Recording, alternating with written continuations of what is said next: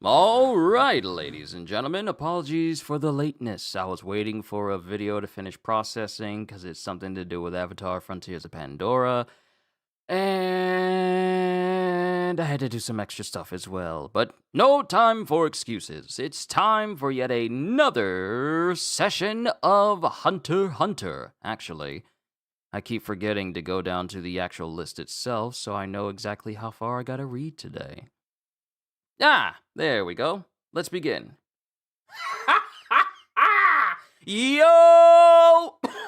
I shouldn't have done that. Yo, peoples! Kyushu92 here. Welcome back to more Hunter x Hunter. Today, we are going to be going through volume 23 of the series, which goes from chapters 236 all the way to 247. So, last we left out on, the Chimeras were making their move, Gon and Killua were making their moves as well, and, well, it seems that there's a lot of Chimeras that thought that they were able to stand up against the Phantom Troop, not to mention, the Phantom Troop just pretty much wiped out both Zazan and Pike and a whole bunch of other Chimeras as well. They just completely cleared them out, just single-handedly. And we saw the capabilities of some of the members of the Phantom group. I mean, we already know about Shizuku. Her Nen vacuum can basically vacuum up any and almost everything.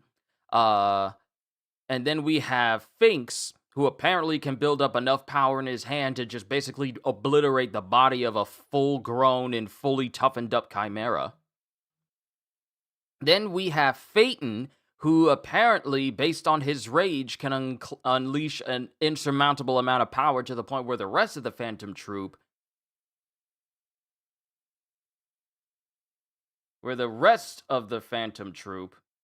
Sorry. Big old notification, someone trying to call in for some reason. Where the rest of the Phantom Troop was all like, yeah, we need to get away because this guy is dangerous. And then we cut back to Gon and Killua as Killua is being pursued by members of the Leol army, which is the big old giant lion chimera that we've seen before. So let's get started with chapter 236, 8, part 2, because we are counting down to the days when the selection for all the people in the NGL is about to go down, or at least the people of East Gorto. So now we cut back to Killua, who's hiding from the Leol army.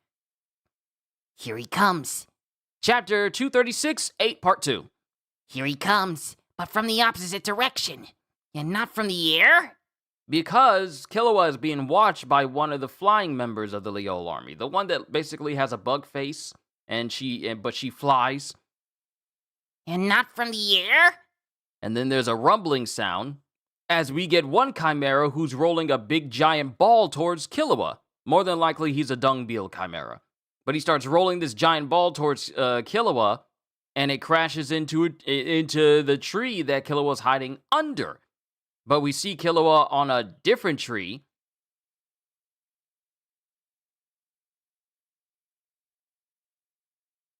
Yeah, we see him in a different tree, and then all of a sudden, oh, I didn't even notice the guy behind the tree. We see him behind the tree. We see him on the tree, but then we see a head poke out the side. If you guys want to see where I'm seeing, just look up Hunter x Hunter chapter 236. I can't show images on YouTube because of copyright reasons, but it shows someone like hiding behind the tree, and Killua notices, and then there's a massive slash. There's a massive slash as the tree gets cut, but this same Chimera's head is completely sliced off, and it's also kind of blurred around the neck as well. And this was apparently a earwig Chimera? Yeah, it looks like an earwig Chimera. He broke off both arms and twisted off his head in an instant. So that's what it was. It wasn't cut off. It was literally like twisted off of the socket. He broke both arms and twisted off his head in an instant. But where'd he go? We don't stand a chance one-on-one in close combat. Captain! Captain, above you! And the dung beetle Chimera looks above, and we see other Chimeras airborne. And Killua is currently dealing with all of them. Oh, Killua has already killed one. He's literally embedded his fingers in the back of this Chimera's head. There's 1, 2, 3, 4, 5. Mind you, one of them's already dead because Killua takes his hand out of the back of his skull. Like, literally, the fingers are in the skull. And then when all of the Chimeras try to go for Killua, Killua's looking at all of them while they're trying to bear down on him, and he manages to grab one of the fingers of these Chimeras and yanks it towards him, and then uses that finger. Well, he's dodging, but he proceeds to allow one of the Chimeras to stab another one directly in the head, blocking it from hitting him. And then another one comes in, and he dodges out of the way. And he's already killed 2 Chimera already. And then another one with hammers tries to launch at him, and he dodges out of the way. And he manages to take one of the mallets from one and literally bash its skull in, like literally cave in a portion, like a whole section of his skull just chew through. And then Killua takes the same hammer, and then he throws it at the other Chimera. Looks like a monkey bear type Chimera. Like, a lot of these Chimeras have grown used to having clothes on. So he dodges from getting the hammer thrown at him, but another Chimera falls down and gets killed because of it. And then another one, apparently the gore is so intense that part of the scene is blocked out, but he immediately gets killed and he starts wobbling, and then some more Chimeras come up. And it's an extra long, multi-jointed, like a long arm tribe from One Piece, multi-jointed monkey Chimera that was using the hammers. Suddenly, Killua disappears from in front of him, and then apparently Killua just takes his head clean off as well. And then the other one that basically, no, I'm wrong. Wait, am I? No, it was a different Chimera. Another one gets apparently his entire lower jaw taken out. Yeah, apparently gets his lower jaw taken out. And Killua standing above him, standing on both of his arms.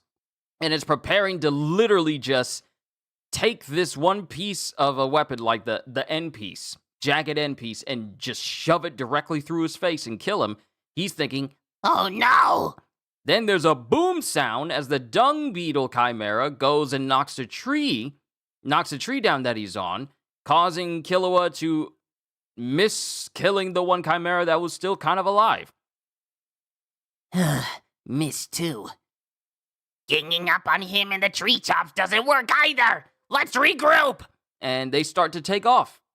And then Killua's dodging all of this fallout while all these trees are falling down. But Killua sees him. No, you don't. And then he jumps at the dung beetle. You're the leader. I'll take you out first. And then when Killua jumps down preparing to kill him, there's this big, massive explosion at the point of impact. And then this Chimera runs off going, Did you get a load of that? Oh, and it shows like the back part of his pants is just smoking. And then we get narration. Okay, so I was wrong. This isn't a dung beetle Chimera. This is a bombardier beetle. A bombardier beetle's defensive mechanism. Bombardier beetles store 2 chemicals, hydroquinone? Hydroquinone? Yeah, hydroquinone and hydrogen peroxide in separate glands on the tip of their abdomen. When threatened, the chemicals are mixed in a reaction chamber with a catalytic enzyme. Catalytic enzyme and squirted out as poison gas in a violent exothermic reaction, which can reach boiling temperatures. And the entire area just gets enveloped in this explosion, with Killua just shielding himself. Why, you How dare you fart in my face!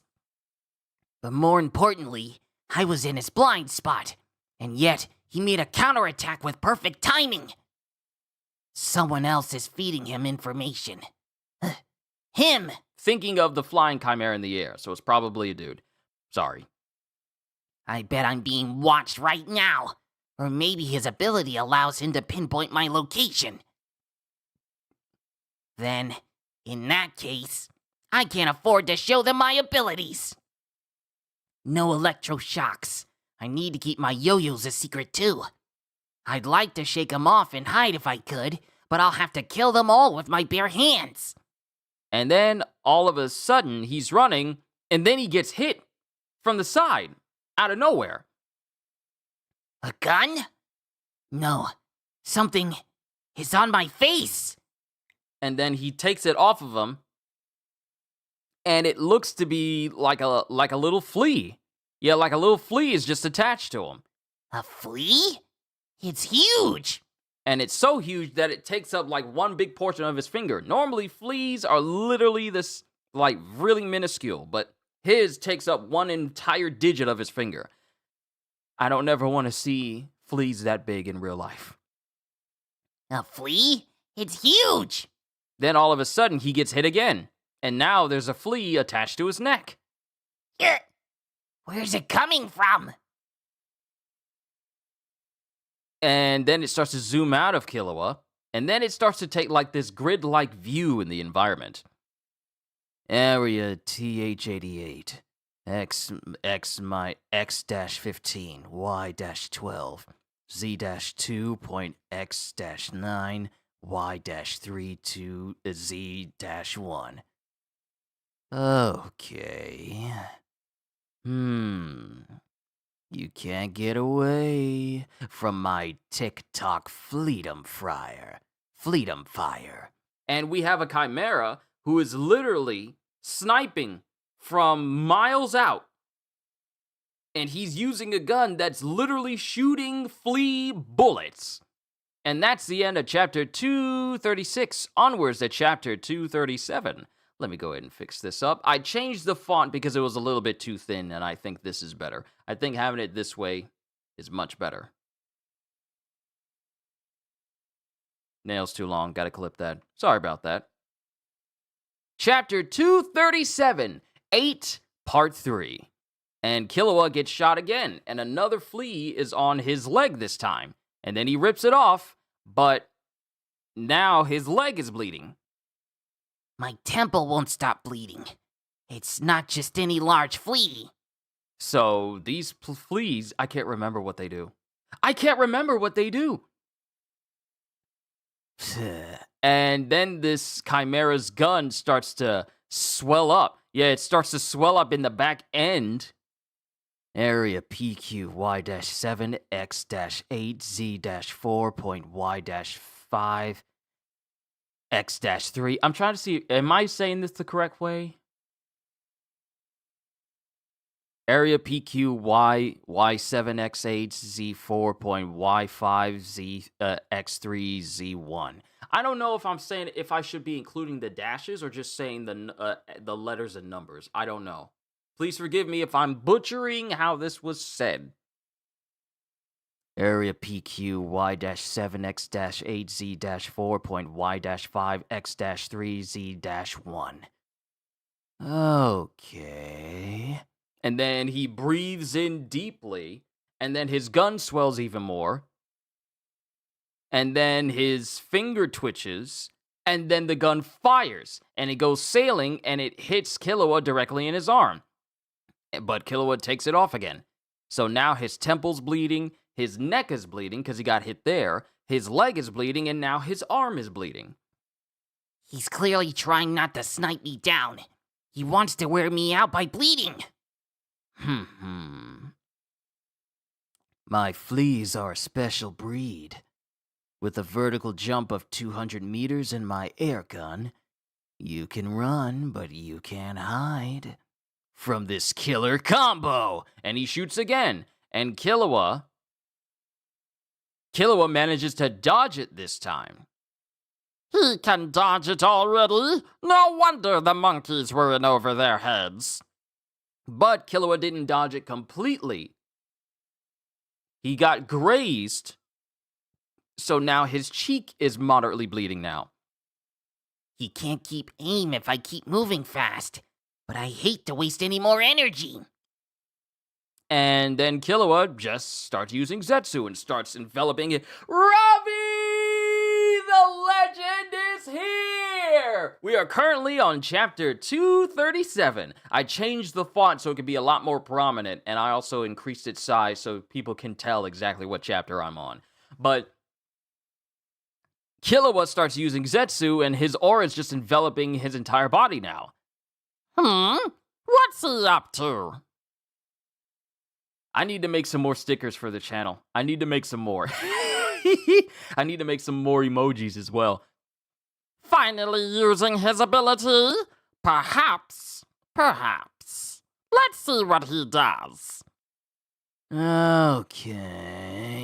And then the dude with the flea sniper, his gun swells up again. And then it just shows this top double spread panel of him looking over the landscape. And then he fires the flea. And then it shows a dragonfly flying in the air that's apparently relaying the location of Killua. And that's where the other chimera that's flying in the air, it can apparently see through the eyes of this dragonfly. My super eye through the satellite dragonflies. My super eye through the satellite dragonflies can see my target from any angle. There's no ability that can escape my eyes. Now do something! And he's literally waiting on Killua to do something. Killua can't use N, extending aura to a radius of more than 2 meters, 6.6 feet, and holding it longer than a minute. He wasn't good at the skills required for it, so he kept his aura at his most feasible distance, 57 centimeters, 22 inches.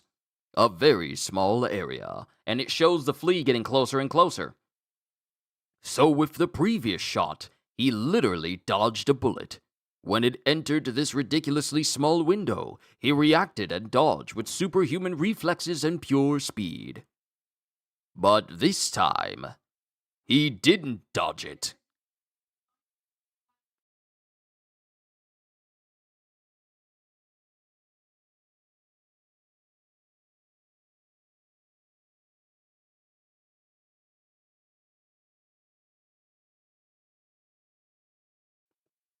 He didn't dodge it. And it shows the flea literally hitting Killua directly into his right temple. He already had one hit his left temple. But now the other one hit the right temple.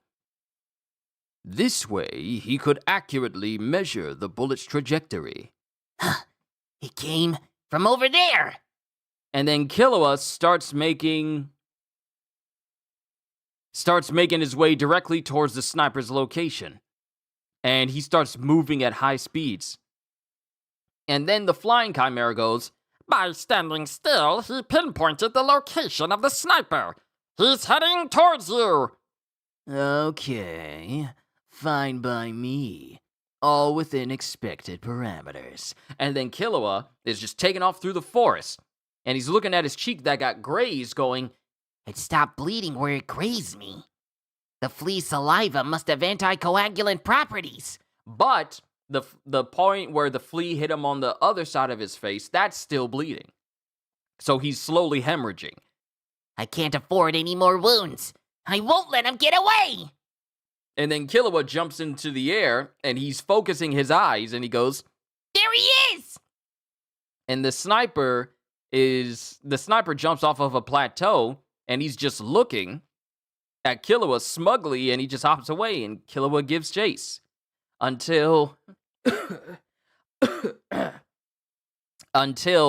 he gets to, like, this opening. It's a trap. Will you still come on in? And then the sniper hops inside the hole. And then we get some eyes as a finger finds its way inside this guy's skull, and it's Killua. And he's grabbed the dude's head, but jammed his finger directly into the side of this guy's head.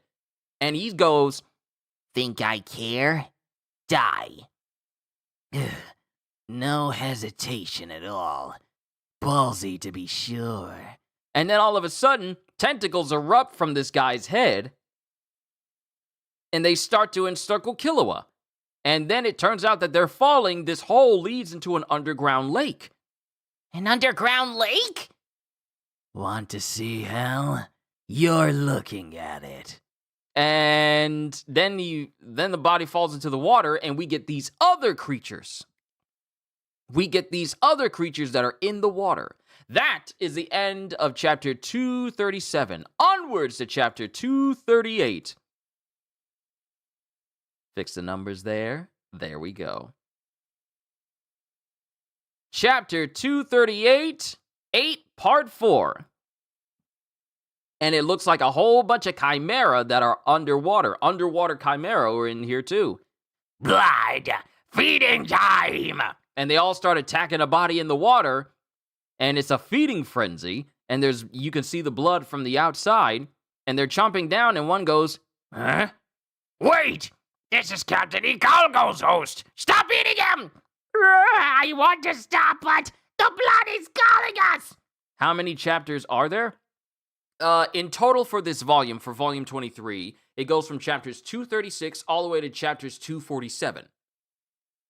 And we're currently on chapter 238. So it'll be a minute before I catch up to where I was before that unfortunate error. But yeah, so chapter 236 all the way over to chapter 247, 11 chapters in this volume. 11.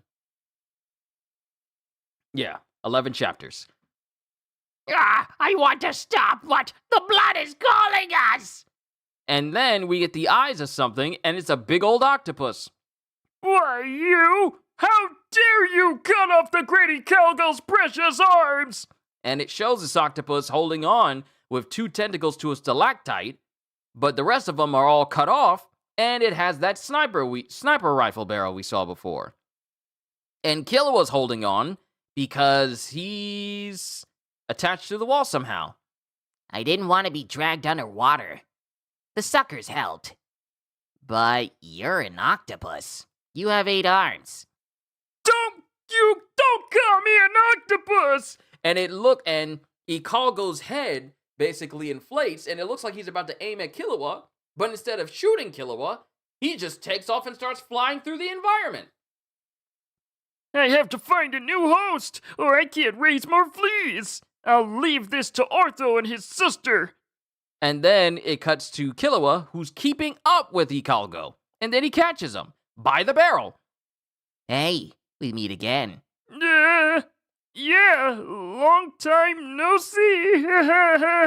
And mind you, Killua is holding him directly over where the underwater chimeras are currently in a frenzy. Can I ask a question? Sure, go ahead. Why didn't you escape into the water? You have the advantage here. Surely you can swim. Well, It's the blood, right? And it shows the chimeras who are basically in a frenzy down in the water below. They're too excited over the smell of blood and will attack anything that's injured. If you enter the water now, you'll be eaten as well. I saw them eating your severed arms without a second thought. Am I right? Well, you know. Ikalgo, have you disposed of him? No, I'm working on it. Huh? Who are you talking to? Ah, I spoke out loud by mistake. Oh yeah, you guys communicate by telepathy. Is that your boss? The guy hovering above me? I can explain. Ikalgo, respond! I can explain. Ikalgo? I'm still fighting, sir. You're neither right nor wrong. All right. Sorry I interrupted you. Let me know what you find out.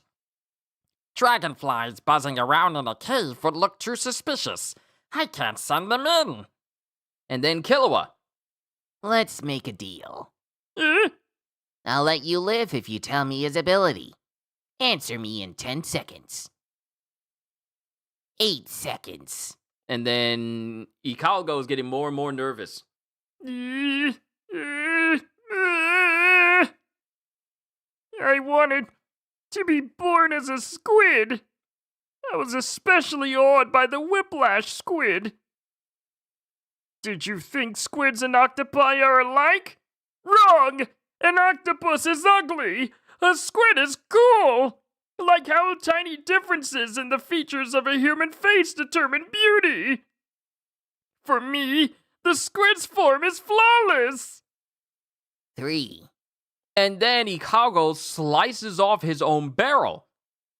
I can't sell out one of my own! I already knew. I saw it in your eyes. I bit my tongue a little bit. Looking forward to being reborn as a squid! And there's a splash sound. But Ikalgo's not in the water because Killua's used one of his yo-yos, which apparently has like a chain attached to it rather than string from a normal yo-yo. No wonder this thing is heavy as it is. And he's holding on to Ikalgo. Why? Because I thought you were cool. If we'd met another way, maybe we could have even been friends. And then Killua manages to sling Ikalgo over to like a solid ground in the distance. As a giant shark-looking chimera pops up to where Killua is. And then there's this sound in the distance as Ikalgo's just looking on. And then we get back to the flying chimera in the air, the one that was with Leol. Ikalgo, respond! Yes, sir. We're not done yet. Any weapons or abilities? And Ikalgo's looking, and then he closes his eyes and goes, No, he's fighting only with his bare hands. so Ikalgo just lied. Yeah, you won't remember bro's name. The only names you know is Gon, Killua, Biscuit, Karapika, Leorio, Aluga, Hisoka, Illumi, and Nanika. See, I don't remember every single name. I only remember Leol because Leo is basically lion, but I don't remember the flying chimera that has his hands inside of his sleeves all the time. I don't remember half of them. I only remember Chitu because people in chat reminded me of what Chitu's name was. But we cut back to Killua and this big old shark-looking chimera as it's chomping down on the pillar where he was, and Killua is holding on, but he hasn't been bit through because this chimera is biting through the stalactite and where Killua is at the same time. So he's in the gap before this thing's jaws can actually bite him. So he's literally just stuck in this one space. You let your guard down. Did you think fish can't jump out of water? You'll be crushed together with this stalactite. Huh? Come on! Scream and wail, or else it ain't no fun! Or are you speechless from the pain? Huh? And then Killua was looking, and then his eyes light up. Ah, now that's much better. Huh? What? I'd rather fight scum like you. Huh? They're so much easier to kill. And then Killua, in one swift motion, just splits this chimera's face straight down the middle with just one swing of his hand. And while he's doing that, another fish chimera, which is very small, pops up behind him and goes, Yes, he's a half-wit. Perfect as a decoy. I did it! Lord Artho! It was me, Remera! I affixed the pin! Don't forget it was me! And then we get these two chimera just chilling on the couch. Oh, and Pito? Yeah, I definitely remember. I always remember Pito. And Kite. Pito, Kite. Yeah, I remember a lot of their names. It has been many years since I've seen the anime, so this has been my reintroduction into the series until I go past where the anime is. So this is essentially my first time reading through these chapters for Hunter x Hunter, period. And I've been enjoying it so much. Thank you guys for making this so fun to do. I affixed the ping! Don't forget it was me! And then we have two Chimera just chilling on a couch. So, the games begin. The game begins. Let's have some fun. And that's the end of chapter 238. Onwards to chapter 239. Let me go ahead and change this. Hip-a-da-ba, hooba-da-ba-ba, hee-ba-da-ba-da-ba-ba-ba-bum. There we go. Chapter 239. We gotta go back to the beginning again. Chapter 239, 8, Part 5. And Killua drops down on solid ground with the spot where the flea hit him still bleeding out. The bleeding still won't stop. And Killua is making his way through a tunnel in this area. First, I need to find the exit. Ding-a-ling! A digital tone? In my head? I remembered to unmute. But there's this shoom sound, and it shows a fish sticking straight through Killua's hand. What? What the heck? What is this? A fish? But I'm out of the water! This is impossible! What the? I didn't sense any signs of warning!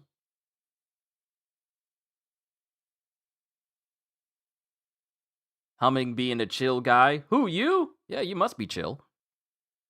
This is impossible! What the? I didn't sense any signs of warning! And then there's another shoom sound, and now there's a fish sticking him straight in the chest. Gah! And then he takes the fish out. Again? I didn't see it until it stabbed me. I couldn't even feel it with my aura.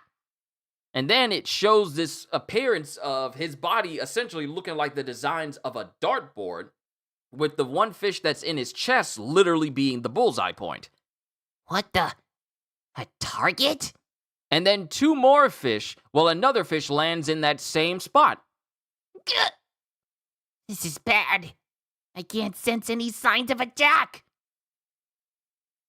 A ton 8. 108 points. You have no idea what's going on, do you? Yes, I'm talking directly into your head. You might figure it out if you live long enough. But he doesn't laugh here. And it's that same Chimera we saw before, and he's taking darts that are fish themed.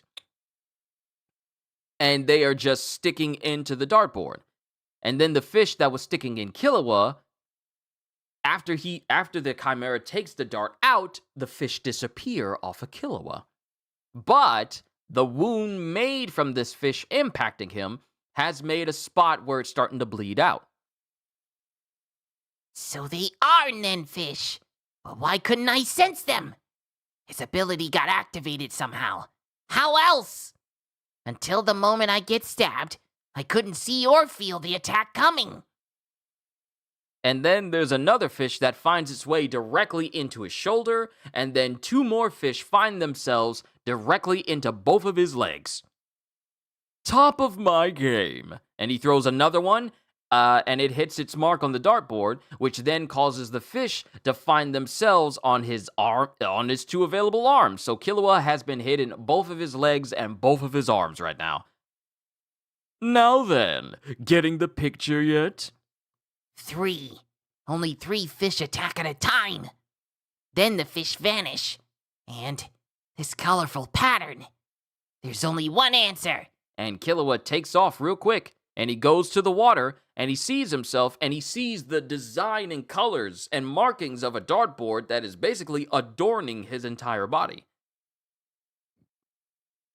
Your ability is a game of darts. That's exactly right. But then, you still can't do anything about it. My needlefish don't exist until the moment they stab your body. and he throws a dart, it lands on a mark, and it pierces through Killua's left shoulder. It's impossible to defend against them. The left shoulder's worth 54, by the way. And then Killua takes the fish out and he throws it down, but it also disappears. The laugh. The target for these darts is linked to every part of your body. For example, the right elbow's 27 points. And he throws it and it goes into Killua's right elbow. The right hand's 18 points. Once again, in his right hand. That's 99 points for me.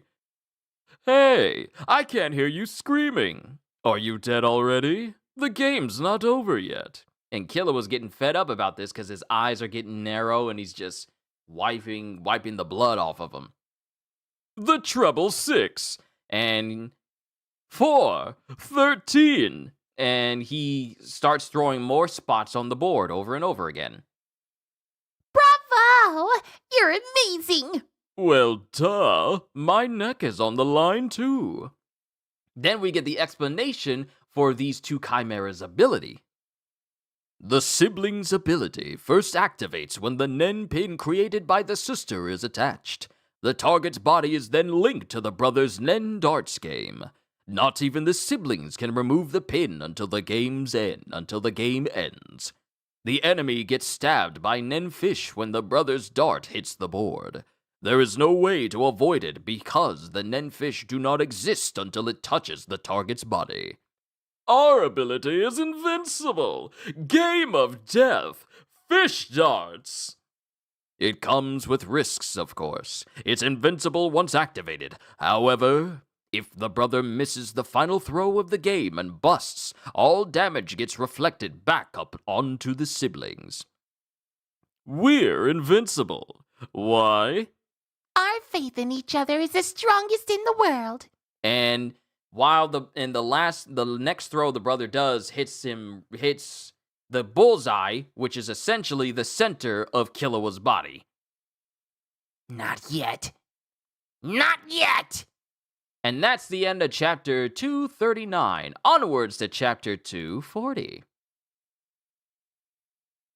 Double checking, making sure my mic is on.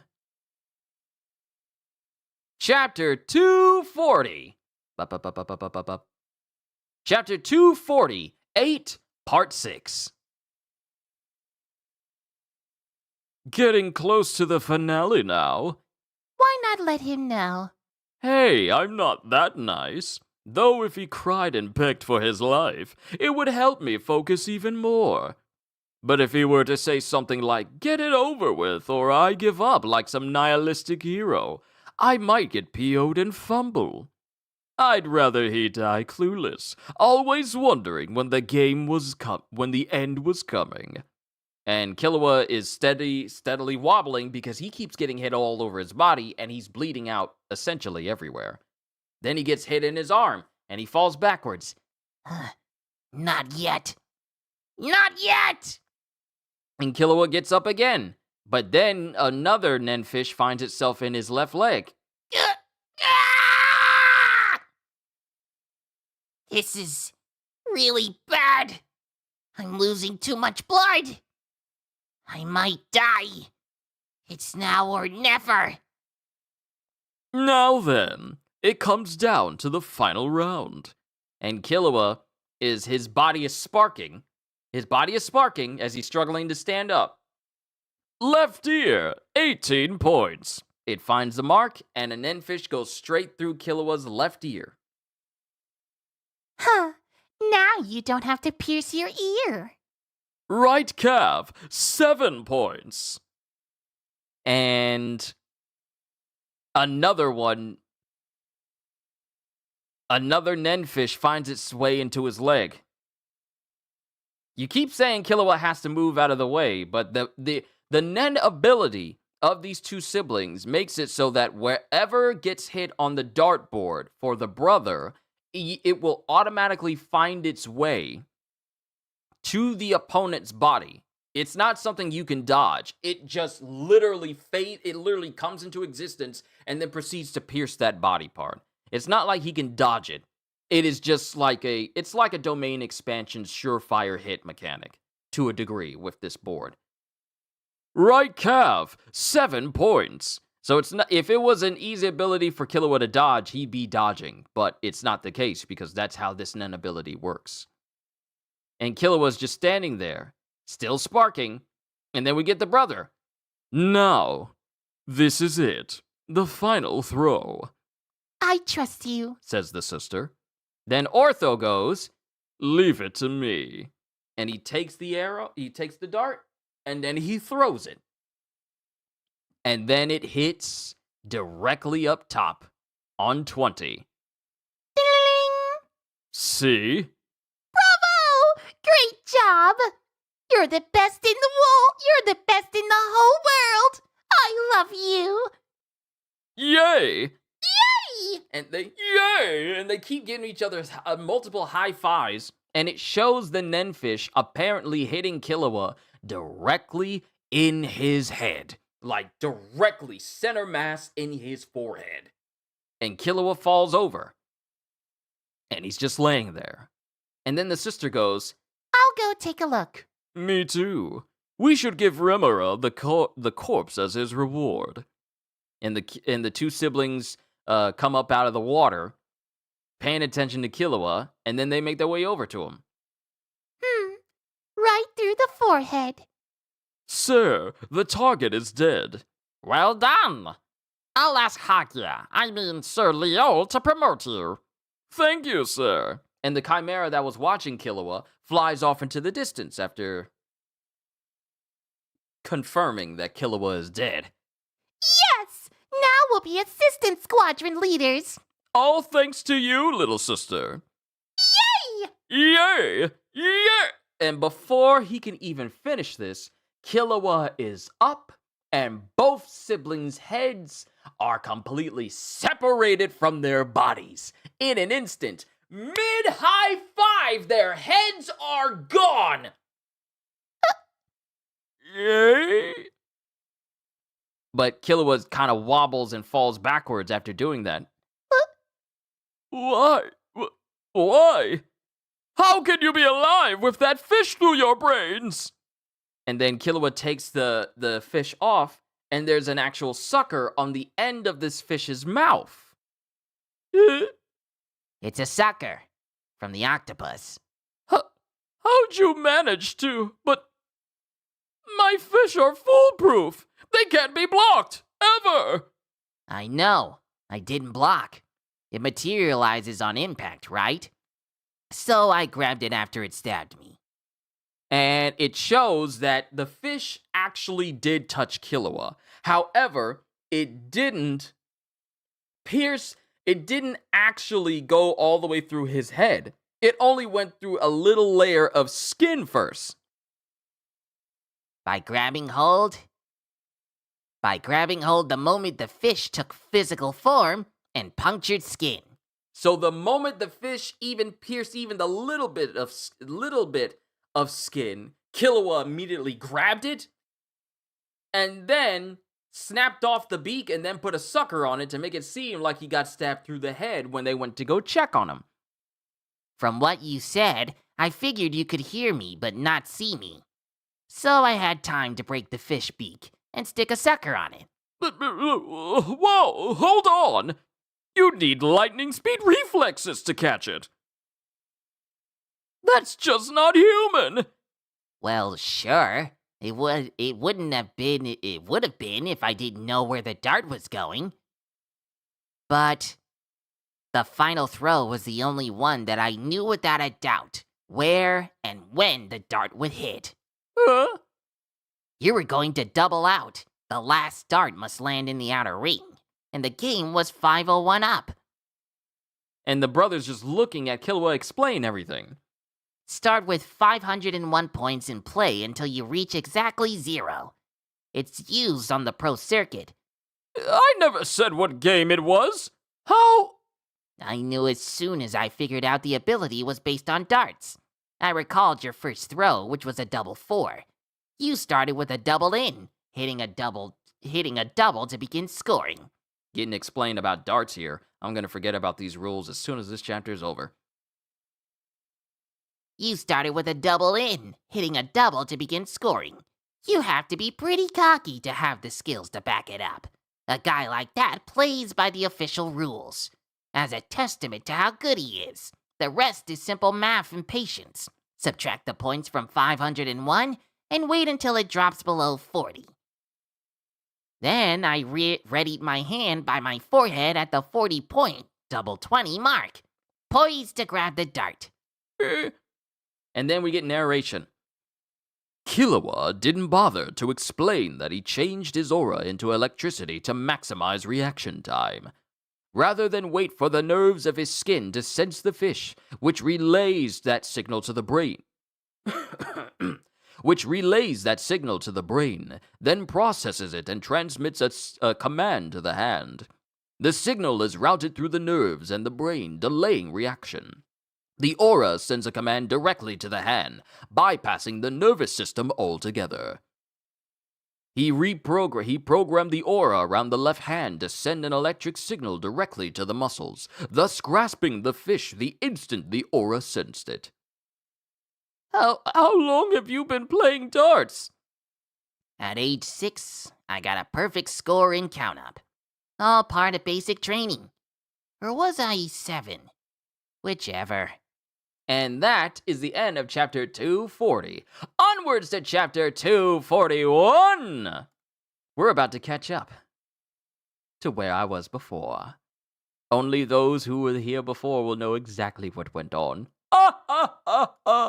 Chapter 241! 8, Part 7. You had to be a cocky bastard and keep blabbing, didn't you? Oh, shut up. Not like you did anything besides sit there and clap your hands like a bimbo. Be grateful you even have a cheerleader, you bald buffoon! I'm not bald, ugly tramp. Baldy! And both the siblings, their heads, are arguing with each other. They'll live longer than cockroaches. Enough. I better hurry. I have to stop them. And then Killua tries to get up, but falls flat on his back. Huh? What happened? My legs gave way. I can't get my body to move. Are you kidding me? Come on. Get up! And Killua tries to, force himself to stand up, but he just falls flat on his face. And he looks down. Wow. Is all of this really my blood? And he's looking down because there's a big old pool. Big old pool of blood directly underneath him. Because remember, he's been hemorrhaging this entire time. It feels like a warm bath. Stop.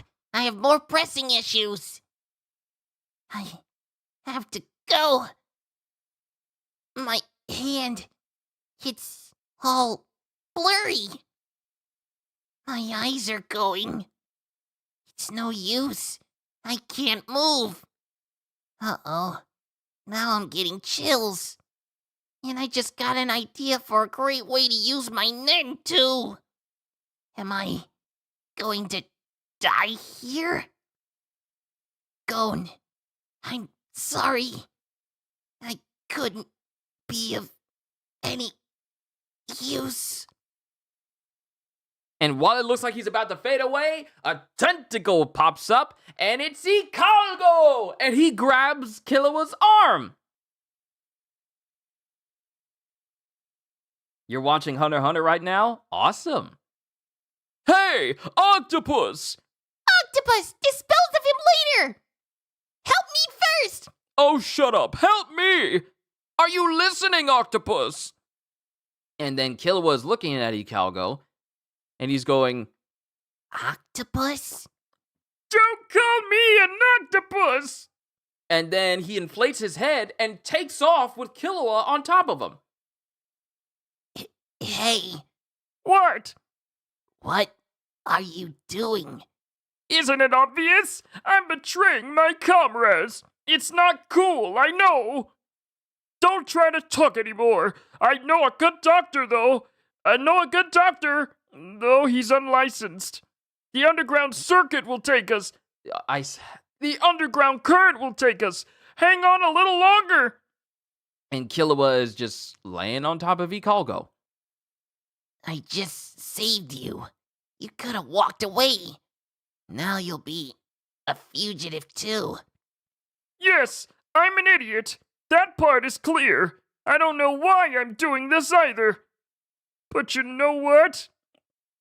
You took a guy like me, a good-for-nothing octopus like me, and told me I'm cool. You even said we could have been friends. I can't stand by and watch you die. And then Ikalgo heads for current and hops right in. I'll save you! I promise! Don't you die on me! And then we cut to a different location altogether, and we're back with Gon! A desert. I'll have a clear view in all directions. Now you can't hide. Come on out! And Killua is looking around, and then there's a sound behind him, and he's looking. Wait! This desert is way too big.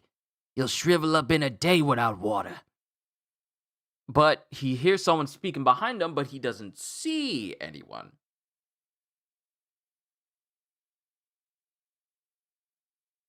There's no oases, no cacti or anything useful like that. Not even your legs could carry you across. And then he starts to see footprints in the sand, but no one connected to them. Oh well, I wanted to observe you a little longer, but my stamina was giving out anyway. I suppose this'll give us more time to chat, eh? And it's the Chameleon Chimera. Allow me to introduce myself. My name is Melioran. I was a squadron leader while the Queen was alive. Good to meet you. What's your name? And Gon doesn't say anything. Why were you following me? I'd be in a pickle if I lost sight of you, and it would be worse if you died. My partner's pretty important to me, you see? Huh? You're here for the king, right? No. Oops, I almost let it slip. He approached me with an ulterior motive. I can't tell him anything else. For real? You guys didn't come to take down the king? You guys? Oops. Well, you got me. I've been watching you since you were with that other boy. And then Gon's Nen starts to flare up. Now I get it. You figured I was easier to deal with than Killua? Huh? That's not what I meant. Is that how it sounds like? I guess I can't blame you. I look like the enemy. I gotta clear this up. I swear I'm not lying. I don't want to trick you or fight you. And then Gon kind of calms down. Okay, I believe you. Yeah, I know you can't believe me. I wouldn't believe me either. But you gotta at least hear me out. What? And that's the end of chapter 241. Onwards to chapter 242.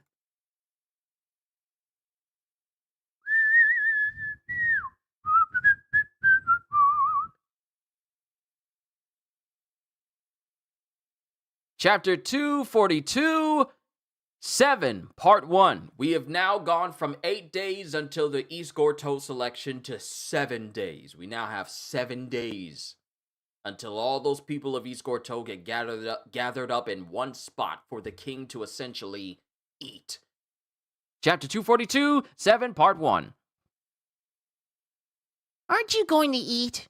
And then Melio, I'm just going to call him Melio because Melioran is a mouthful. Melio sticks his tongue out and starts eating some food, which kind of amazes Gon. Oh! Can I ask a question? What? Why did your suspicion clear up all of a sudden? It's more like I just wasn't sure why I was being followed. And you swore you're not trying to trick me. That's it? That's all it takes for you? Isn't that enough? No, it's not. That's the kind of thing liars always say. You should never trust cliches like that. So, you were lying? No, in this case, it wasn't a lie. It's 100% true. Fine then. And then Gon just continues to eat, and Melio's all like, Huh? Have I lost my marbles? For all his strength, he's still a naive kid, and I'm putting my life in his hands. If it is a lie, I won't have to feel bad. Huh? I won't show any mercy. I'd be able to kill you without reservations. and you know how Gon's eyes have that little shine that's in them all the time? Yeah, when he says this, that shine is gone. Those are cold eyes. Those are cold eyes. Also, Yaya Bob, good to see you. Love for videos and streams? Do you mean I love your videos and streams? Well, if that's the case, then yay, thank you. Thank you, I appreciate you. If you're having fun and you're enjoying yourself, then that means I'm doing my job. But Melio gets a shiver down his spine because of Gon's eyes. Jeez Louise, there's ice in those eyes. That's why I felt it in my bones. I knew there was something about this kid. His potential is like a bottomless pit. And then Melio lights up a cigarette and breathes out. You should stop smoking. Huh? You have the ability to turn invisible, but the smell of smoke will give you away. Thanks for the warning, but there's no problem. Turning invisible is like my trademark. My real ability goes one step further. Huh? Just watch. And right in front of Gon's eyes, he just disappears. It's not like gradual. But it's just instant disappearance. He's gone! Just like that! No trace of him. Only a residual odor of the cigarettes. And he's feeling over where Melio's supposed to be. Gone! Not just invisible. How could he step away without a trace? And then Gon is just steadily looking around. No, it can't be possible. How? How'd he do that? And then all of a sudden, Melio just pops up right in front of him. Whoa! Where'd you come from? What's wrong? I've been here this whole time. Huh? My second ability, God's alibi. Perfect plan. Nobody is aware of my existence while I'm holding my breath. You were touching me just now, but you didn't realize you were. Huh? And then Gon is just confused. You know how some quiet guys never get noticed? Like the guy the waitress skips over when you go out to eat in a big group. This is like the ultimate example. I'm here, but nobody notices. Oh. Turning invisible is a decoy to hide my true ability. The only ones who know about this are you and me. Why tell me? To earn your trust, I gotta take the risk first. Or else we can't get to the important question. You mean about being your partner? Yeah, but we don't need to get into that just yet. Huh? I told you, trust comes first. I'll discuss it after you tell me you'll be my partner. Sure, I'll be your partner. Already? There's no point in negotiating with you, is there? Don't be so trusting. Be suspicious. Be suspicious of me, of the world. Deliberate, then trust me. That's too much effort. Can you even make this decision by yourself? What about your pal? What'll he say? What a heel. I can't even speak. What'll he say if you team up with a freak like me without consulting him first? Why am I digging my own grave? I didn't ask to turn into a mutant. What's with him? And then while Melio's lamenting, he's holding his head, takes out a smoke, puffs out, calms down, and just goes, Oh well, longtime friends can betray you just as easily. Time together isn't everything, right? And Gon is not even paying attention fully to all this extra he's saying. You're no fun. We'll never be best buds. Right back at ya. So, will this really work? What? Teaming up with me? Won't your friend object? Probably vehemently. First of all, I did not know that Gon knows the word vehemently. Killua doesn't trust anybody. Then how would this work? It's doomed from the outset. Oh, but I won't budge, so it's okay. He'll protest, but he'll have to give in. Oh, well, I feel for him. I'll say I'll trust you if you say it'll work. Okay, the big issue at hand. Uh-huh. We take down the king. And then there's silence. Then Melio speaks. Wanna know why?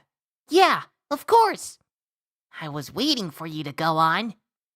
Revenge. And then there's silence once again. I'm not ready to go into details yet. Okay, I won't pry. This is probably what you want me to say.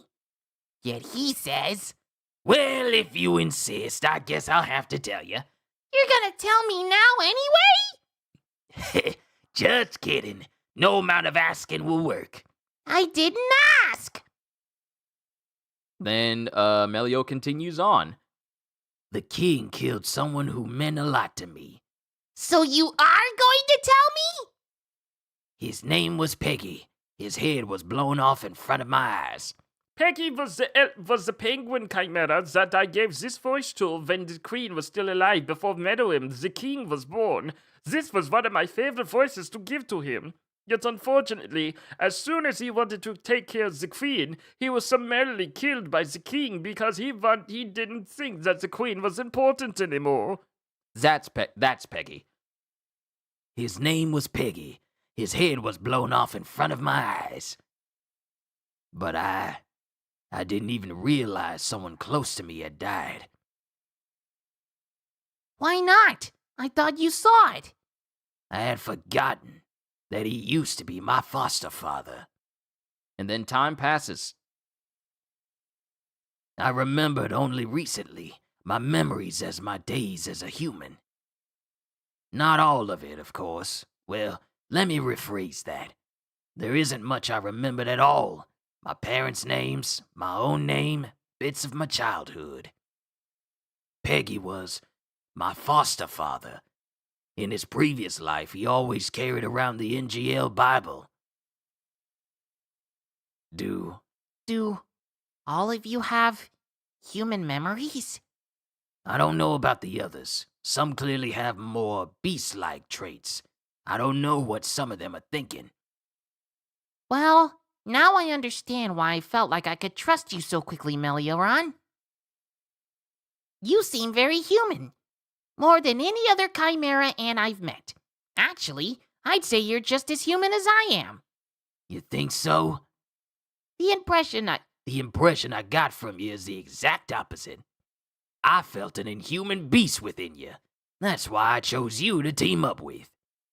There's no line between us. What sets us apart? Surprisingly little. And then both Gon and Melio are just smiling with each other. Now then, let's discuss matters at hand.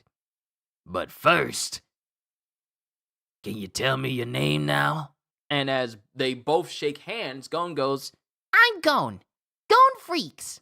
I have one more ability. I have one more ability. I just fulfilled its requirements. and then Melio, his aura appears around him while he's shaking Gon's hand. And Gon is just looking. And then Melio goes, I'll show you my third ability. and that is the end of chapter 242, onwards to chapter 243.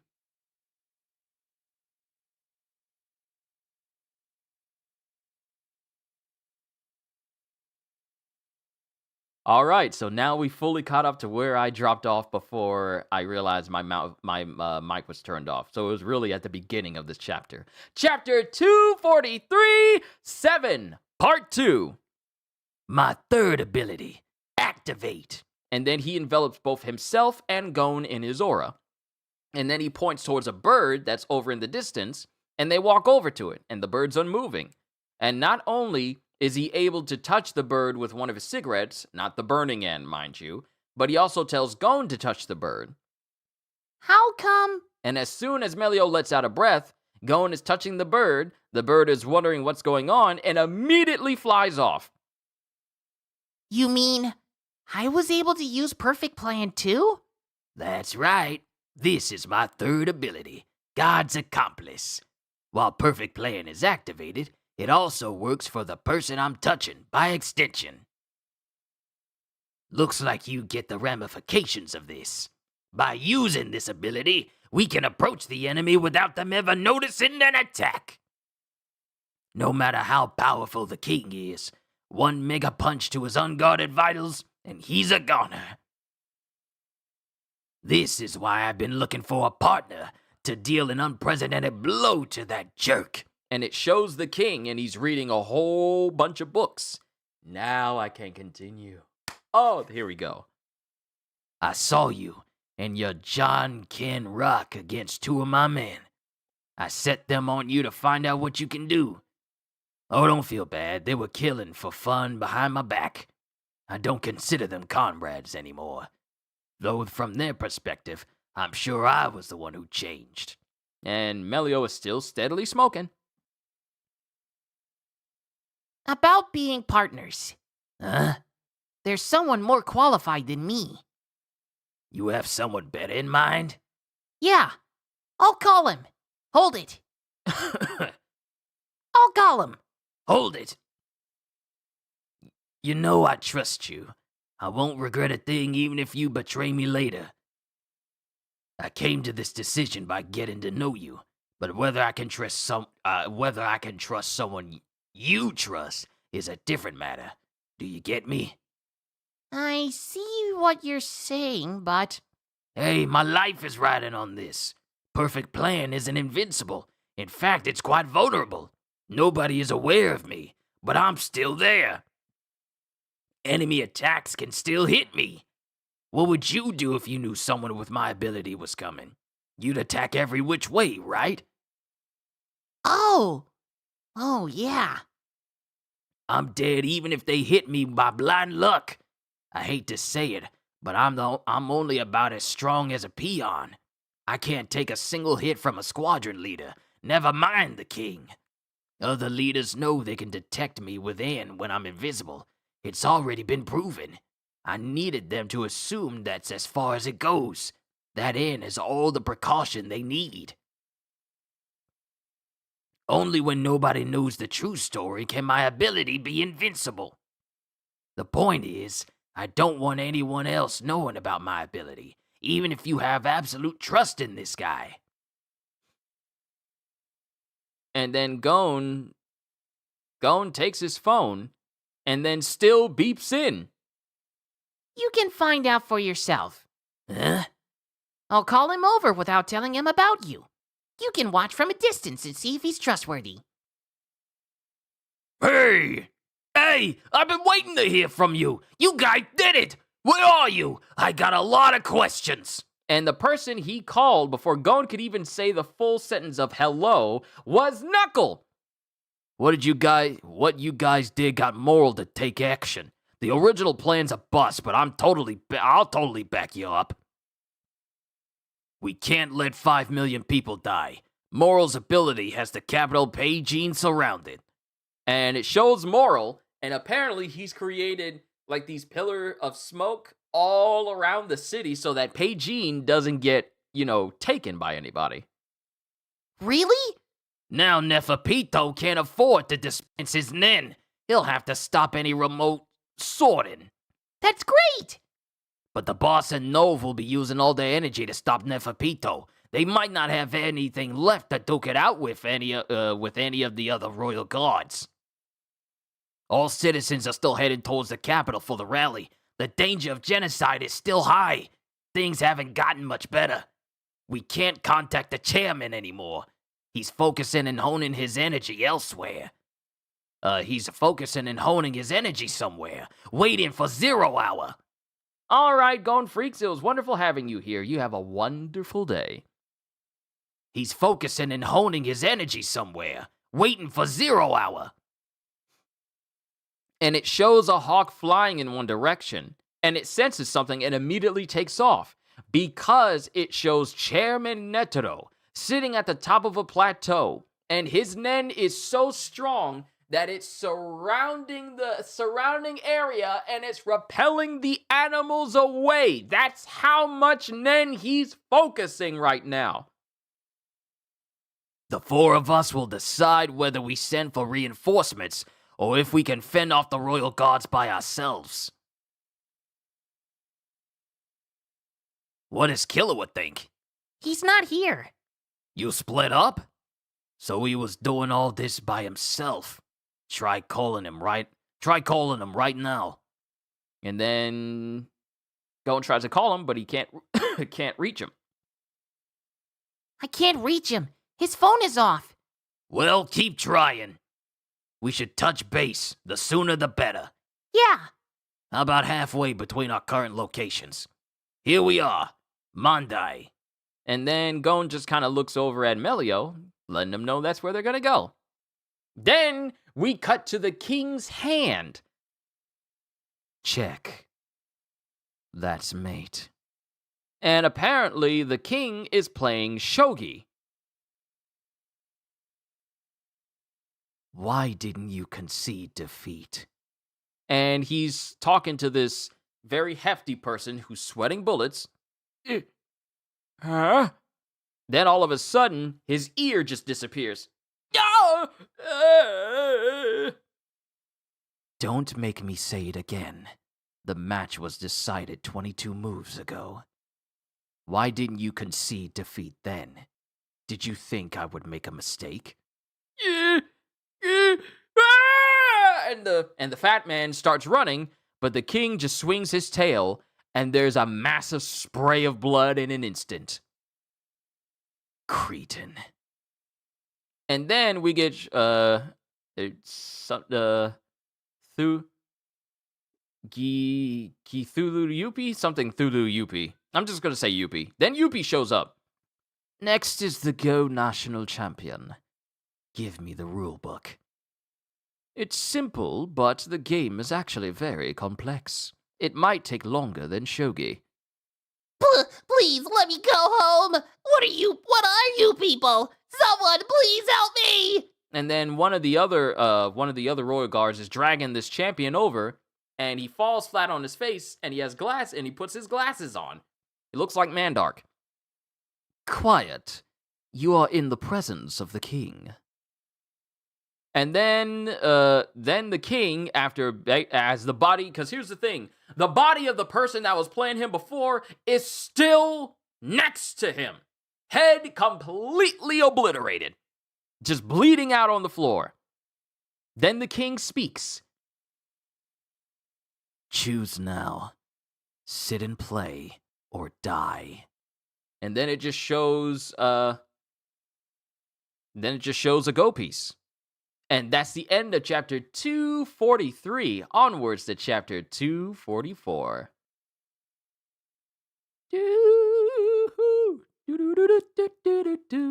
Chapter 244, 6, part 1. We are now at 6 days. 5.5 points. 5.5 points. The king wins. How can this be? He's only ever played 10 games. It's because I'm tired. Otherwise, I wouldn't have lost. And I may be coming down with a fever. I didn't get enough sleep, and I'm feeling dizzy. I'll give you 8 hours and some medicine. Get yourself back into top condition. I have no patience for your feeble excuses. Rest as if your life depended on it. And then this dude, who basically made up all these lives to save his own skin, wobbles and walks away. Your rapid progress is extraordinary. You mastered Go in less than half the time you took for shogi. I learned the trick to it. That's all. Chess, Go, shogi. The rules may be different, but every first-rate player has a certain rhythm to his play. Therefore, disrupting their rhythm and thus their game is vital. Learn the basic tactics and their rhythm becomes clear. Then, I simply tailor my moves to disrupt this rhythm. a truth shared by all contests of skill. Once enlightened, all parlor games will essentially seem the same. You may find them tiresome in time. What else is there? One more game is played at the pro level here, called Gungi. It originated here in East Gorto. Almost every citizen knows how to play. Give me the rulebook. Like chess and shogi, the goal is to checkmate the opponent's king, but pieces can be stacked up to 3 high, and the opening formation of pieces is variable. It requires 3-dimensional thinking, making it somewhat different from other board games. World championships have been held for the past 15 years, and East Gorto has never been defeated. There have only been 3 champions, and the current one has reigned for the last 5 years. So, if I beat him, I will be the best in the world. A fitting conclusion to this diversion. Call him forth.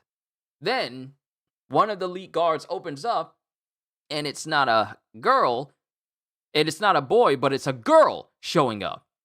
And she has a walking stick in front of her, and she apparently can't see. A blind girl. Fiona, I'm honored to be in your presence. Be at ease. I will play Gungi with you. Wait while I learn the rules. Huh? You don't sound like your leader. He died. I am king. I am king now. I apologize for my lack of courtesy. I'm quite slow and so ignorant of what's going on. I say the wrong things. You're distracting me. Shut up, or I will kill you. And then this girl immediately shuts up. Then time passes, and then the king closes the rulebook. All right, I got the gist of it. Let us play. Me having a deadpan face for doing his lines fits pretty well. All right, I got the gist of it. Let us play. And the girl is apparently asleep. What's this? She passed out. Told to shut up, she closed her mouth. I surmised she was unable to breathe since her nose was stuffed up. The dimwit of this order is rare indeed. Gosh, that was so embarrassing. My parents complain I can't do simple things even babies can do. Just start. Yes, sir. Then, if you please, And then both the king and this girl start playing. And then her eyes open. But, Can you see? not at all. So I need the moves announced out loud. I can't help opening my eyes during the game. I can try to close them if it makes you uncomfortable. No, it's fine. Strange. I feel a clearly different vibe. Soldier, 441. And then we cut to a different location, back with Gon and Knuckle. You can't get a hold of him. Yeah, I think he turned his phone off. He said he'd be the one contacting me anyway. So we have no choice but to wait for his call? Then we go back in time when they were speaking before. Man, how outdated is that hairstyle? Looks like he's got a hot... Oh, no. It's not a flashback. This is Melio watching everything. Man, how outdated is that hairstyle? Looks like he's got a hot temper, too. That doesn't help his case. Then he's looking at Shoot. No eyebrows. He looks scared. Like he's suspicious of everything. He'd never give me a chance to explain. Whatever I say will go in one ear and out the other. I need to get some water. Whatever I say will go in one ear and out the other. Gon, my first impressions don't bode well. Unless something changes my mind, I don't think I'll be able to put my trust in them. And he's watching them. And while he's watching them, we have a whole bunch of dogs that's around Knuckle. What's with all the dogs? Who knows? Probably a pack of strays. But they all have collars. He's been feeding all the animals that were left behind, even though it cuts into his sleep. Not all of them! I know we don't have time and it's not on our priority list, so I gave up on the ones that were clearly hopeless. Aren't you proud of me? Like the starving cats that refused to eat what I offered, or the 2 loyal dogs that refused to leave their homes even after I unchained them. So what's wrong with saving those that seek out my help? And mind you, Melio is just watching this whole thing go down. You don't have to cry about it. What? I am not crying! What the heck are you talking about? And then Melio's just going, That's not gonna change my mind. Well, maybe a little. Then we cut back to the game. Cut back to the game of Go with the king and this girl. Shinobi 782. Check. Shinobi 782. Checkmate, sir. A strategy to stack a bow as the basis for attack and defense. A typical Yagura castle. Nothing particularly striking in that strategy. The opening array was also by the book. So I'm not good enough for a serious game yet. Another game. Yes, sir. I'd be happy to. And then time passes and they're still playing. They're still playing. Calvary 881. That's mate. You're so quick to learn, sir. I might have to make a real effie soon or I might slip up. Enough. Take a break. Huh? Oh, I feel fine. I can play Gungi for 3 days straight if I have to. I have a rematch. Your turn will come again once I'm through with him. Well, then I'll take a short break. Then we get Yuppie coming in going, how is it? It's only a matter of time. There are many different strategies, but its essence is the same as the other games. 4 or 5 more games under my belt, and I'll be able to make her play for real. Then I'll soon see her rhythm. It's all the same. And then the other leader comes in. The other elite guard comes in, and he goes, Sire, the Go Hunter hung himself. Call that simpleton back. So the dude that just went up against him, the Mandark dude, he was like, I feel sick, and I'm coming down with a fever, and I'm dizzy, and I'm suffering from, I don't want to play this game with you, disease. I need to get some medicine in me. He hung himself so that he couldn't fight and lose against the king because he didn't want to wind up like the guy that was still dead on the floor right next to him. Call that simpleton back. And then we get a sound as the smoke that Moral has created in Peijin has essentially started moving around. Smoke troopers, deep purple. Huh. First, produce a ball of aura to serve as a nucleus. Then, envelop it with smoke aura. This produces a free-moving smoke puppet with commands programmed into the core aura, with a maximum production of 216 bodies. I programmed a complex command as a precaution against counterattacks, so I can only make 50 at a time for now. But they're highly effective, and can distinguish them from humans, which is another advantage. I'm gonna give me some water after this chapter. But Neferpito's hive mentality won't let him leave the king's side. Sure enough, he's collected all his puppets here for defense. That makes it obvious that the king's safety is their top priority. It'll be easy to keep them occupied, but the king himself will be a wild card. It'll be difficult to predict his actions. We could easily end up in an unexpected fix. And Moral sees something in a distance. Nothing new for now. As it shows that there are some soldiers who are being puppeted by Neferpito's Nen ability, and they open fire on Moral. But it literally means nothing to Moral as he swats away this soldier and sends him flying. But then something catches his attention. And it's Cheetu! Been a while. I've missed you. He's leveled up. Clearly a different vibe. Knuckles' APR isn't with him. It hasn't changed into IRS either. Knuckle would have called me if something happened. And then it has Leol, who's paying attention to Cheetu. He's in the distance down below. Let's see what you got. No matter who wins, I'll reap the benefits in the end. And that is the end of chapter 244.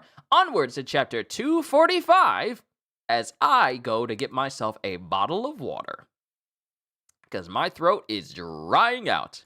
Hold tight, everyone. I'll be right back after these messages. Water!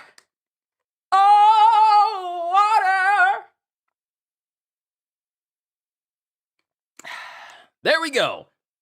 Chapter 245, 6, Part 2. APR is gone. I One of the ants can remove Nen, or is he the exorcist? owe you one. First, I'll put you in your place. And the pompadour will be next. And Cheetu looks absolutely livid. He's confident for a reason. He must have acquired a new ability. We'll see about that. And if it's an exorcism ability, that's bad news. Knuckle and Shoot complement each other's abilities with their hidden retreat strategy. Since our strategy is to seal their Nen with ours, it'll be meaningless if they have an exorcist on their side. I was hoping it would even be effective against the king. On the other hand, if Cheetu's the exorcist, this is our chance. Take him down now and Knuckle and Shoot's strategy can still work. I have to take him on. I can't deactivate Deep Purple yet. I'll have to make do with my remaining aura. Double checking, making sure that my mic is on. And while he's doing this and creating a smoke screen, like a light smoke screen around himself, Cheetu is already in front of him. And he immediately gets hit all over his body by Cheetu. The same old simple attack based on speed? There are plenty of options to use against it, you foot-brained hairball. Tag. Now you're it. Huh? Say what? And then all of a sudden, we've apparently been teleported into a brand new area. Like a wide open savanna-like expanse. This is domain expansion before domain expansions. What the? Where the heck are we? And he's looking all around. A savannah? Were we teleported? If this is his ability, the exorcist must be someone else. Dang. Dazed and confused? We're about to begin a special game of tag. And Cheetu is standing next to this very ornate-looking hourglass? Tag? This is a field I created. Tagging me is the only way you can escape. You have an 8-hour time limit, and it starts now! And Cheetu...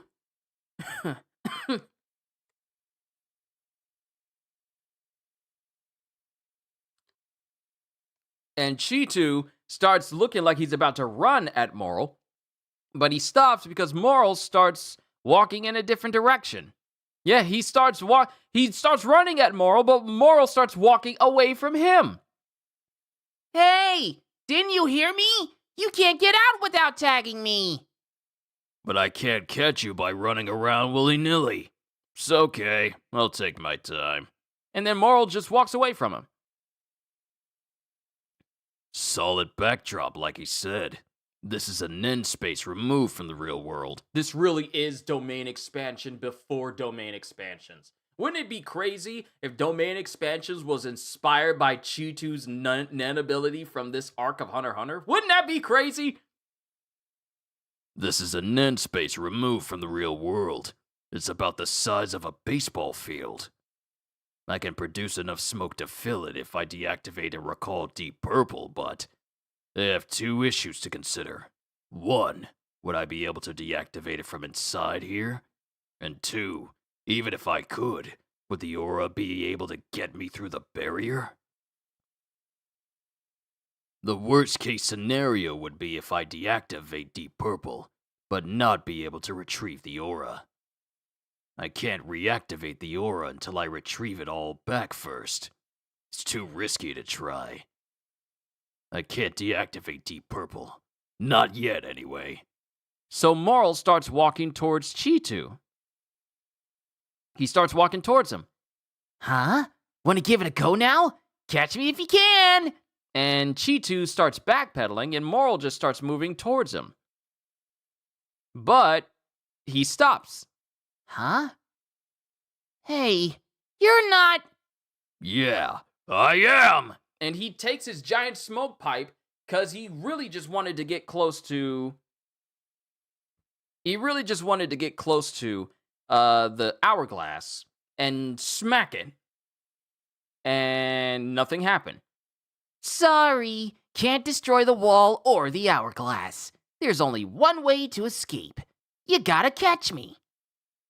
I'll experiment a little. I have plenty of time. His ability was clearly influenced by Knuckles' Hakoware, so... Say, what happens to me if I don't catch you in time? Who knows? I sure ain't gonna tell you. True that. Something bad, I'm sure. This'll take a while. So Moral just flat out puts his pipe down and just kicks back and relaxes. Wake me up in 5 hours. Are you kidding me? And Cheetu looks like he's visibly shaking and getting upset. Tick yourself off. You don't understand your ability one bit. This isn't a test of speed. It's a contest of wills. Then we get back to Nove, who's back in the real world. Moral vanished. And then we get Leol. Cheetu's ability is activated. I don't know what it does, but he won't be back for 8 hours. Deep Purple is still activated, so the plan is still on. Sir Leol, I spotted another enemy. A man in a black suit with glasses. Anyone else? No, just the white uniform people. They're probably just foot soldiers, but their real leader could be hiding amongst them. I don't want anybody to see my ability. And then it cuts to apparently Leo speaking to Neferpito in the past. Hearing can't go out after exercising Cheetu to isolate the black suit. Oh wait, no, this is Leo. No, this is Leo thinking to himself because he's about to call Pito. Hidin can't go out after exercising Cheetu. To isolate the black suit, I'll need at least 2 more pawns. I'll need at least 2 more pawns. And he calls Pito. Okay, but you better get him. The king is almost done with his games. Then he himself might come out to play. Even with us by his side, there's no telling what might happen. We really want him to stay in the palace until the sorting is completed. Then we get 2 Chimera walking up to Pito. And it's one that looks like a fox, and another one that looks like a full-on walking lobster. I haven't had lobster tail in so long. I want lobster. I want lobster with shrimp scampi! Go help Leo. Yes, sir. As you wish. But yeah, they said, you called? Go help Leo. Yes, sir. As you wish. Then we get to Pito speaking to Yuppie. How is it? Well, not great. Nyang? The king is having a hard time no matter how many games they play. She's quite a player. And the king is wondering what's going on. I should have been able to easily whittle her away from the left, but a combination sequence changed the whole board. Her moves are getting harder to decipher. Cannon 451. Fort 282. What? That shinobi wasn't of any use since its opening placement, and that single move gave it total control of the board. My right side has been totally neutralized. I have nothing. I resign. Was she calculating this from the start? There were 144 moves in all. She would have had to predict my entire game from the beginning. Next game. That's impossible. Yes, sir. And it cuts to Pito and Yuppie as they're watching. And the clouds start to get dark in the distance. There's a storm brewing. And that's the end of chapter 245. Onwards to chapter 246. You know what? Even though my voice isn't anywhere near the voice of the kings from the anime from back then, I still enjoy doing his voice for my own personal read-through. Chapter 246, 6 Part 3. And we have the Fox Chimera and the Lobster Chimera, and they're walking out of the palace. How many of them are there? About 5,000, and that's only 1/5 of the planned quota. I bet the king's really ticked off. He's talking. This will be the voice I do for the lobster. How many of them are there? About 5,000, and there's only 1/5 of the planned quota. I bet the king's really ticked off. He's so engrossed with Gungi that he's skipping meals. No, I bet the king's really ticked off. no, he's been playing in his room. He's so engrossed with Gungi that he's skipping meals. What about all this food? Shall we steal a few? And risk the ire of the king and the royal guards. Sometimes you realize what true power is only after you get a taste yourself. They're on a totally different level. I bet Sir Shao gave us abilities because he knew this would happen. Only Hagia is still clueless. You hear he hates being called that name now? So, the food for the king is essentially giant pods that I believe are full of people, and they're just on massive trees that sit right in front of the courtyard of the palace itself. Then we cut back to Nove, who dives into his own shadow and just teleports around the city. And then he comes out of the roof of another building and comes out of his shadow with one of the dragonflies of Hagia watching. The man in the suit is cautiously heading towards the palace. He's quite adept. The puppets don't stand a chance. He simply beats them back. Let me know if he uses an... Oh, wait, this is Leol. He simply beats them back. Let me know if he uses an ability. Now get Welfin and Bloster to chase the uniform man off, and I can check out their abilities at the same time. Nove's ability, Fourth Dimensional Mansion, Hide and Seek, is a teleportation ability. When he holds his hand over a wall or the ground, he can open a portal to a Nen dimension, and then send people or things through to the mansion. That is a very overpowered ability when you think about it, because you can hide all sorts of things in this personal dimension of yours. And it cuts to more soldiers who immediately open fire on Nove, and he dives into the ground before they can do anything to him. And he falls through the ground into the Nen mansion. And there's like supplies and like water bottles and everything he needs there. This Nen mansion has 4 floors and 21 rooms, one of which is used for storage. Each room is independent of the others. The entrance closes as you enter, so you need to go out a different room to get back to the real world. More than one entrance can be created per room, with a higher limit for bigger rooms. The room on the first floor where Netero fought the ants is the biggest, for which up to 32 entrances can be created. The door is connected to the entrance portal, so as a general rule, you can only enter and exit a room from the same portal. And then it cuts to Nove, who's about to touch the doorknob as he's about to leave this Nen mansion. However, it shows he has a key, and he puts it into the door. The master key held by Nove can connect the door to any portal in any location. And Nove, basically pokes his head out of a very thin pillar and looks out over the city. No change. All in good order. Moral's Deep Purple is strictly defensive here. When it encounters a non-ally, it maintains its distance, and if attacked, withdraws while launching a counterattack. It's programmed to use nearby objects as thrown or melee weapons.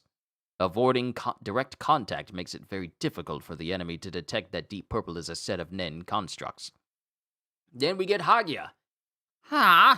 I lost him! Sir Leol, it seems the man in the suit can teleport. And Nove notices him. A chimera ant. What's it doing? We're far from the battlefield. Is it a scout? I thought the weird dragonflies buzzing about the city were particular to this region. Were they his Nen? It's highly likely. If he's in charge of recon, we need to take him down now. Let's get him. And Nove starts to go after Hagia, if that's the name of the chimera that's flying in the air. If it isn't, I'm sorry for butchering the name. Then we cut back to Chitu's domain expansion. Hey, don't you want to tag me? Look how close I am. I know you're awake. And then Moral takes his pipe and swipes in the direction of Chitu. Whoa! See? You were playing possum. I ain't falling for that. I can't sleep because you keep bothering me. Stop interfering with my rest. No way! I won't let you sleep one wink. I'll keep bugging you until you give chase. Idiot. If that's what you want, then you should have set rules that make me chase you. Your new ability still needs a lot of work. Do what you want. I'm not getting up for another 5 hours. He's obsessed with challenging me to a foot race, and he craves attention, so it's unlikely he'll change his strategy to something else. You think you can sleep? Think again! Hey, looky here! Reach out and touch me! I dare ya! Get up! Oh, look how close I am! This is a waiting game. If he gets tired and steps away from me, that's when I win. And that's when Moral is just smiling. Then it cuts to the rain in the real world. As we have the king still playing Gungi. King 991. King 151. Soldier 791. Soldier 231. Shinobi 811. Cannon 231. Fort 911. Mortar 272. The king is isolated. I'll call this detached castling. Fort 712. Prince 162. Bow 913. Captain 322. Her opening array is as expected. She's moving toward my king, but still in the wing formation. I'm done. Then, if you please, sir. She will first place a bow in the right flank and threaten a trident attack, but the gap on her left flank is where I will lay my trap. This time, I will disrupt your rhythm. No bow 193. And she puts it in the bottom corner of the board. And that's the end of chapter 246. Onwards to the last chapter of this volume, 247. Let me change the text there. Boop. There we go. Awesome. Last chapter, everybody. Thank you for holding on this long. Chapter 247, 6, Part 4. Here it comes. New Shinobi 971. Cavalry 291. I'll lose 2 pieces in the battle on my left, but it makes your left flank vulnerable. I bet you expect me to force my way through there. Wrong. Over here. Duke 551. Then the girl her eyes, she's just sitting there. I can't say she's looking, she's just staring in one direction because, well, she can't see. But she's just sitting there. And Yuppie is just sitting there as well. She had been playing with a constant tempo, but now she's paused for the first time. Attacks from this central position. And then the king is going, attacks from this central position are infinite. There are no correct moves. This game could draw out as long as I want. Now, let me hear you gasping for air.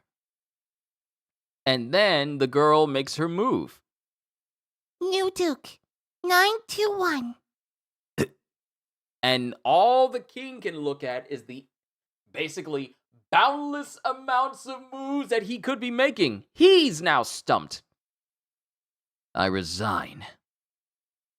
You knew that detached castling was a refuted variation, a strategy that failed to hold up after analysis. Yes, sir.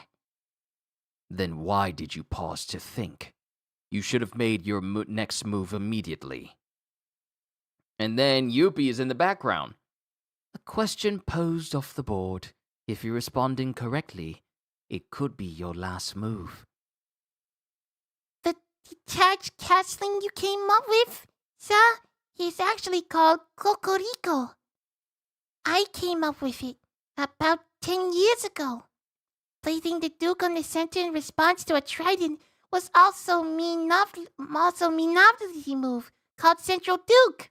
A revolutionary metagami redefining strategy. They said it was a paradigm shift at the time. The sequence for Cocorico to Central Duke were a great way to test each other's level of insight. It was very popular. She's not finishing the entire word. So when she says insight, she just leaves out the T. Insight. I was pretty happy that such a clever creation could come from an idiot like me. I was also the one who killed it. A year after I came up with it, when winning opponent used Cocorico in the national title tournament, I realized this counter move. I won the match, but the poor thing never appeared in any recorded games or textbook after that. To think that you came up with the same strategy as I did, sir. I was so honored. It was as if me dead baby had come back to life. That's what it felt like. And she's gripping onto her clothes. So, I almost didn't have the heart to step it out its life again. That's why I hesitated a little. And then the king is just looking at her. And then he stands up. Huh. Rubbish. I've lost interest. Take a break. Oh! And then there's just this gloomy feeling over this girl. The next time, there won't be any more breaks. Be ready. And then the king walks away. Yes, sir! And as he walks away, Yuppie's looking and thinking, that was the first time the king listened to someone for so long. Well, it means nothing more. And Yuppie's just looking out at the rain. Then we cut back to Moral and Chitu. And Chitu's reading a book. And Moral's chilling. About halfway. So it's been 4 hours. And then Chitu's reading a book, being all loud. Heh. He got bored and now he's reading a book. So easy to predict. It's child's play. Then Chitu looks over at Moral, and Moral is standing up. Time to begin? Has it been 5 hours? Hey, it's only halfway though. Are you getting anxious? And then Chitu stops smiling and he starts staring at Moral. And then he starts staring at Moral's pipe. Then he realizes there's something attached to his pipe that he didn't notice before. And it's a long thread. Did you notice? It's not time to begin. It's already over. Take a look at your ankle. And then this feeling of doom is hovering over Chitu as he looks down, and his leg has been wrapped around in a rope. A rope? Made out of smoke? It took a lot of care, you know. I went the long way around to make sure you wouldn't notice. So it became quite a long rope. All I have to do now is reel you in. And while he starts walking towards Cheetu, slowly reeling in the cord. It's just a matter of time. And then Cheetu's face no longer has a smile on it. And he starts getting nervous and he starts trying to run. But Moral is just walking calmly. Now it's your turn to experiment. But it's no use. And Cheetu keeps looking back at him as Moral just walks calmly as he starts reeling in the cord more and more. And then all of a sudden, as he's starting to run, the rope that's connected to his leg goes taut. Not taunt, but taut. And he stops. Don't underestimate it because it's smoke. Consider it an unbreakable chain. You can flail all you want. And then Cheetu starts screaming, "Ah!" And he starts trying to punch at the rope that's the smoke rope that's around his ankle. But it's still there. He didn't attack me because this is a game of tag. His ability would have been terminated if we physically touched. Having an 8-hour... Oh, wait. He didn't attack me because this is a game of tag. His ability would have been terminated if we had physically touched. Having an 8-hour marathon chase was a stupid idea. You don't even have the attention span required. You're your own worst enemy. Cheetu's ability is indeed still under development. Now cornered with nowhere to run, he came up with a new ability on the spot. And that is the end of the volume and end of chapter 247 for Hunter x Hunter. We end with Cheetu preparing to face off against Moral with a brand new ability right on the spot. We're getting to the really good parts of this arc, ladies and gentlemen. I cannot wait. And mind you, this is literally just the tip of the iceberg of the Chimera Ant arc, but I'm looking forward to it all the same. That is the end. Volume 23, 6, Part 1, end. That's where we're at, ladies and gentlemen. That's the end of Hunter x Hunter for this week, and I can't wait to read more Hunter x Hunter for you guys next week. With that being said, thank you for sticking around as long as you did. I got some editing to do. I got to cut out that whole section where my mic wasn't even turned on and I read through several chapters. So I'll take care of that once this stream is up and fully processed. Then I'll have everything all lined up correctly. Other than that, hope you all enjoyed. Can't wait to see you all in my next video. Like, comment, and subscribe if you haven't already. Even check out the Patreon because I am always looking forward to entertaining you. And because I know you're coming back anyway. Have a fantastic day, and once again, as always, later, peoples!